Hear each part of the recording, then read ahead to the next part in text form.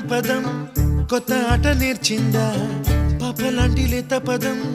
పాఠశాలగా కూనలమ్మ జానపదం పల్లె దాటి వచ్చిందా చవళిల జానతనం పాట చూపగా కుంచెలో తాగే చిత్రాలు ఎదురొచ్చేలా అంతటా